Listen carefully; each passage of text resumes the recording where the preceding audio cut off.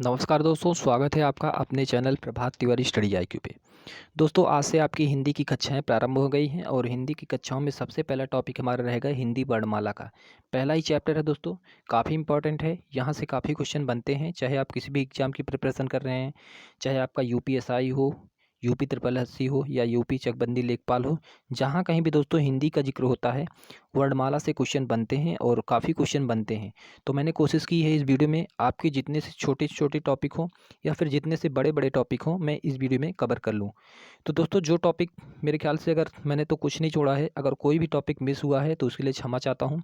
आप इस टॉपिक को हल करने के बाद प्रैक्टिस सेट कीजिएगा, मुझे यकीन है कि आपका वर्णमाला का पूरा टॉपिक क्लियर हो जाएगा। तो चलिए वीडियो को शुरू करते हैं। जो लोग चैनल पर नए हैं उनसे रिक्वेस्ट है कि चैनल को सब्सक्राइब कर दीजिएगा और बेल आइकन को जरूर प्रेस कर दीजिएगा, जिससे आने वाली हर वीडियो का नोटिफिकेशन आप तक समय समय तक पहुंचता रहे। तो सबसे पहले हमारा टॉपिक है हिंदी वर्णमाला का। तो हिंदी वर्णमाला में हम वर्णमाला को जानते हैं। वर्णमाला की एक छोटी सी परिभाषा है दोस्तों, ये है कि वर्णों का एक व्यवस्थित क्रम आपका वर्णमाला कहलाता है। और हिंदी वर्णमाला में कुल वर्णों की संख्या पूछे तो कुल वर्णों की संख्या आपकी 52 होती है। यहाँ पे आया है वर्ण, अक्षर या ध्वनि। काफ़ी बार ये क्वेश्चन बना है छोटी परीक्षाओं में कि हिंदी भाषा की सबसे छोटी इकाई क्या है। तो हिंदी भाषा की सबसे छोटी इकाई है वर्ण, अक्षर या ध्वनि। तीनों एक ही हैं। इनको आप वर्ण भी कह सकते हैं, अक्षर भी कह सकते हैं या फिर इसको ध्वनि भी कह सकते हैं। ध्वनि क्या है? ये मौखिक रूप है। वर्ण क्या है? और ये लिखित रूप है। ध्वनि का लिखित रूप वर्ण है और वर्ण का मौखिक रूप आपकी ध्वनि हो जाएगी। यहाँ पे अगला पॉइंट है दोस्तों, दिख रहा है लिपि क्या होता है। तो सबसे पहले आप जान लीजिए लिपि क्या होता है, हिंदी भाषा की लिपि क्या है और लिपि किस प्रकार होता है। तो मैं आपको लिपि की थोड़ी सी छोटी सी डिफिनेशन बता देता हूँ कि लिपि क्या होता है। दोस्तों, वर्णों को जिस क्रम में लिखा जाता है, जो स्ट्रक्चर या जो आकार प्रदान किया जाता है, वह आपका लिपि कहलाता है। जैसे आपने का को किस रूप में लिखा, तो यही रूप इसका दोस्तों लिपि कहलाता है। ये हिंदी का लिपि है और हिंदी भाषा की लिपि आपकी हो जाती है देवनागरी।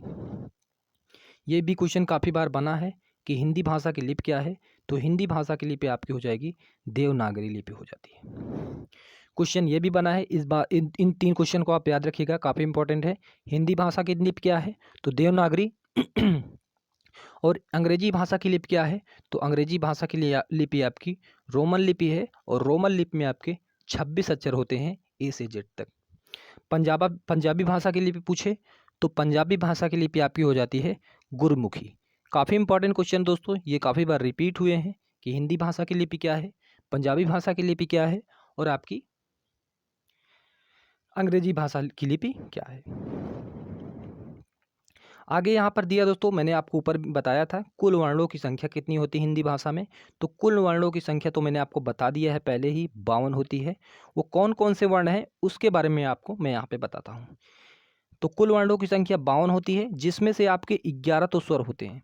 कौन कौन से वो स्वर होते हैं वो आगे बताऊंगा। आ से लेकर जो आपके आ ई उ ए ओ ओ अव तक आपके स्वर होते हैं। अंग आ को इसमें मत इंक्लूड कीजिएगा, क्योंकि अंग आह दोस्तों वो आपके अयोग वाह हो जाते हैं।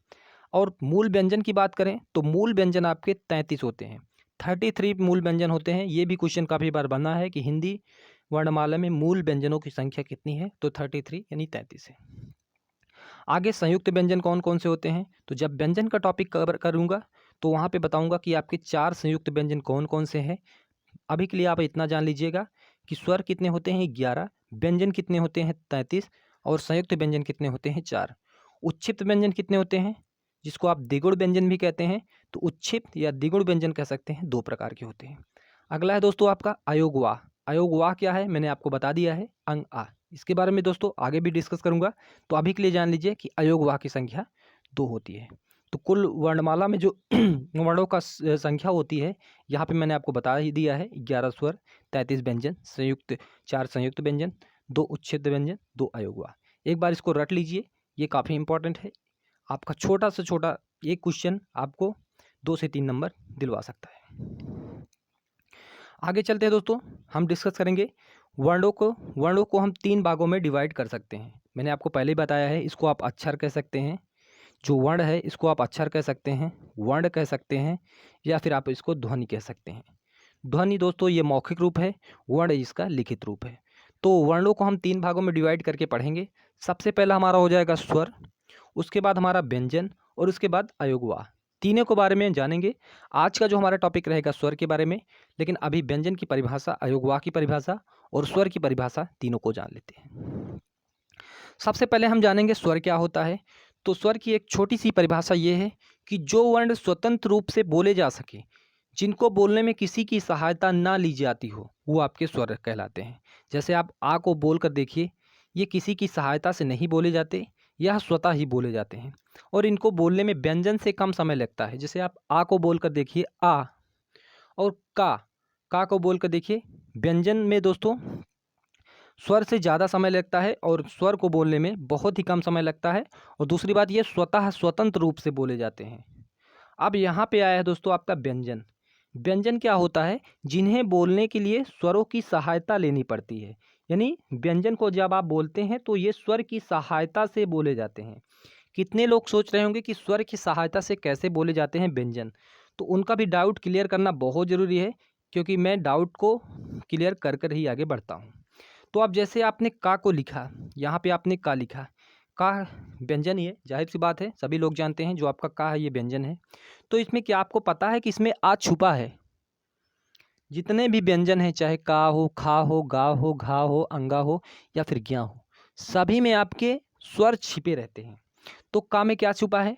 तो का में दोस्तों आपका आ, छोटा आ इसमें छिपा रहता है, क्योंकि जब हम छोटा आ को लगाते हैं तब हलंत लगाते हैं, और जैसे ही हलंत लगाते हैं तो आ हट जाता है और यहाँ पर आपका इस प्रकार आ जाता है।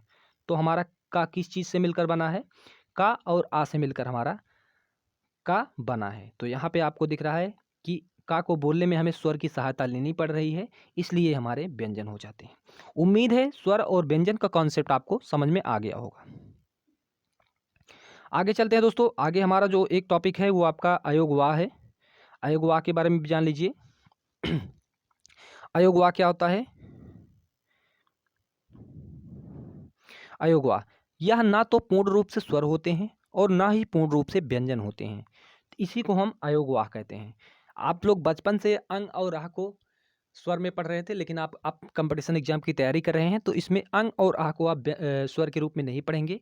बहुत पढ़ लिया आपने, हाई स्कूल तक या फिर इंटर तक आप लोगों ने पढ़ा होगा दोस्तों कि वर्णों की कुल संख्या 13 होती है। मैंने भी पढ़ा था वर्णों की कुल संख्या 13 होती है, लेकिन जैसे ही आप कंपटीशन एग्जाम में आ जाएंगे तो वर्णों की संख्या आपकी 11 हो जाएगी। और जो अंग आह को दोस्तों हम अलग रखते हैं और इसको हम अयोगवाह कहते हैं। ये ना तो पूर्ण रूप से स्वर होते हैं और ना ही पूर्ण रूप से व्यंजन होते हैं। अंग को हम एक रूप से एक नाम से और जानते हैं, जिसको हम अनुस्वार कहते हैं, और आह को हम विसर्ग कहते हैं। जहाँ भी दोस्तों आपको ये निशान मिलता है तो आप डायरेक्टली कह देते हैं कि ये विसर्ग का निशान है, इसीलिए अंग को हम अनुस्वार और आह को हम विसर्ग कहते हैं। उम्मीद है दोस्तों ये तीनों टॉपिक आपके स्वर, व्यंजन और अयोगवाह के क्लियर हो गए होंगे।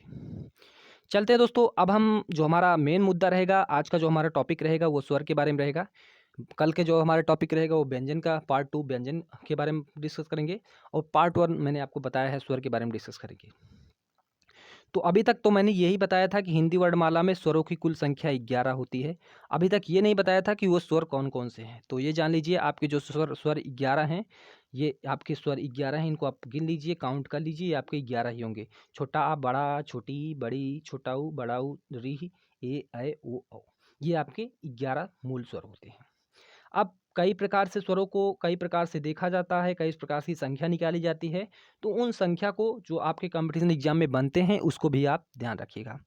स्वरों की संख्या दोस्तों लिखने के आधार पर, अगर कभी भी क्वेश्चन बने कि स्वरों की संख्या आपकी लिखने के आधार पर कितनी होती है, तो इसको आप जान लीजिए, लिखने के आधार पर हम स्वरों को 11 कह सकते हैं। लिखने पर दोस्तों हमारा जो स्वर की संख्या होती है वो 11 होती है। अगर ये पूछे स्वरों की कुल संख्या, तो स्वरों की कुल संख्या भी दोस्तों आपकी 11 ही होगी। यहाँ से दोस्तों ये कॉन्सेप्ट आपको समझ में आ गया होगा। अब आगे है दोस्तों अर्थ के आधार पर। अर्थ के आधार पर स्वरों की संख्या कितनी होती है? तो अर्थ के आधार पर जो आपकी स्वरों की संख्या होती है वो होती है 10 लोग।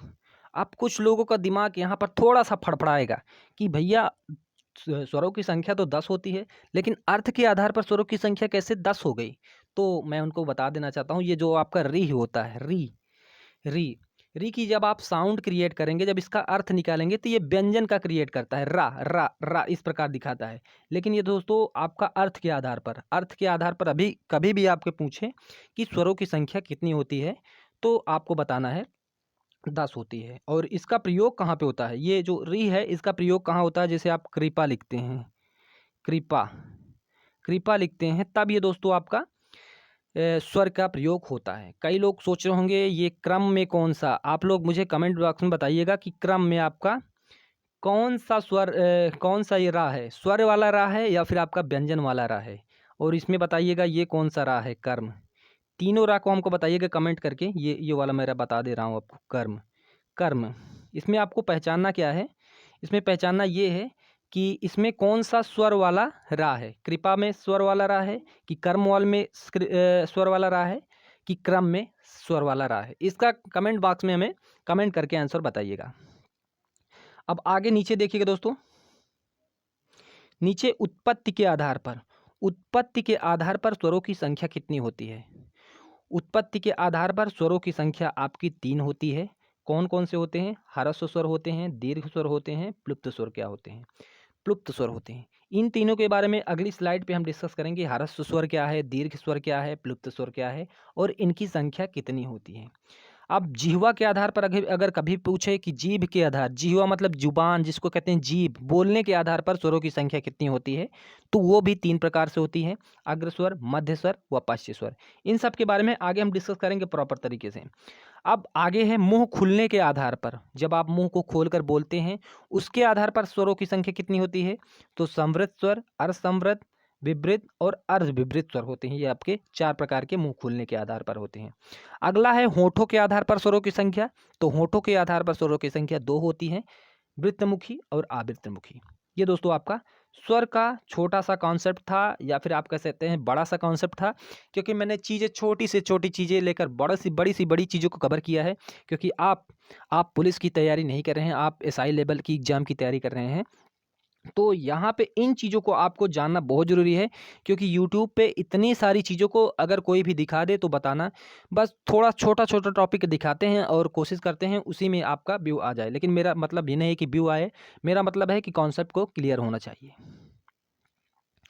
अब दोस्तों यहाँ पे देखिएगा स्वरों के प्रकार उत्पत्ति के आधार पर, अभी मैंने आपको बताया था, यहाँ पे देखिएगा मैंने बताया था कि इन सब के बारे में डिस्कस करेंगे, जो आपका उत्पत्ति के आधार पर, जिह्वा के आधार पर, मुंह खुलने के आधार पर, होठों के आधार पर, इन चारों का दोस्तों हम डिस्कस करेंगे। तो सबसे पहले हम डिस्कस करेंगे स्वरों के प्रकार।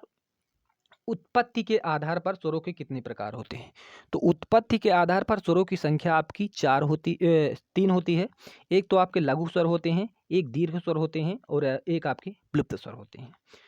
तो सबसे पहले आप जान लीजिए कि आपके जो लघु स्वर होते हैं, लघु स्वरों की संख्या कितनी होती है। लघु स्वरों की संख्या कितनी होती है, लघु स्वरों की संख्या आपकी 4 होती है। अब कुछ लोगों की आत्मा थोड़ी सी फड़फड़ा रही होगी कि लघु स्वर कौन कौन से होते हैं, तो उनको भी जान लीजिएगा। यहाँ पे मैं लिख देता हूँ, छोटा आ, जो छोटे होते हैं, वैसे नाम से भी पता चल रहा है, छोटी ई, छोटा ऊ, और आपका दोस्तों यहाँ पे आ जाता है री। ये आपके हो जाते हैं आपके जो लघु स्वर होते हैं। लघु स्वरों की संख्या 4, यही आप इसको ध्यान रखिएगा, छोटा आ, छोटी ई, उ, री, ये आपके 4 लघु स्वर होते हैं।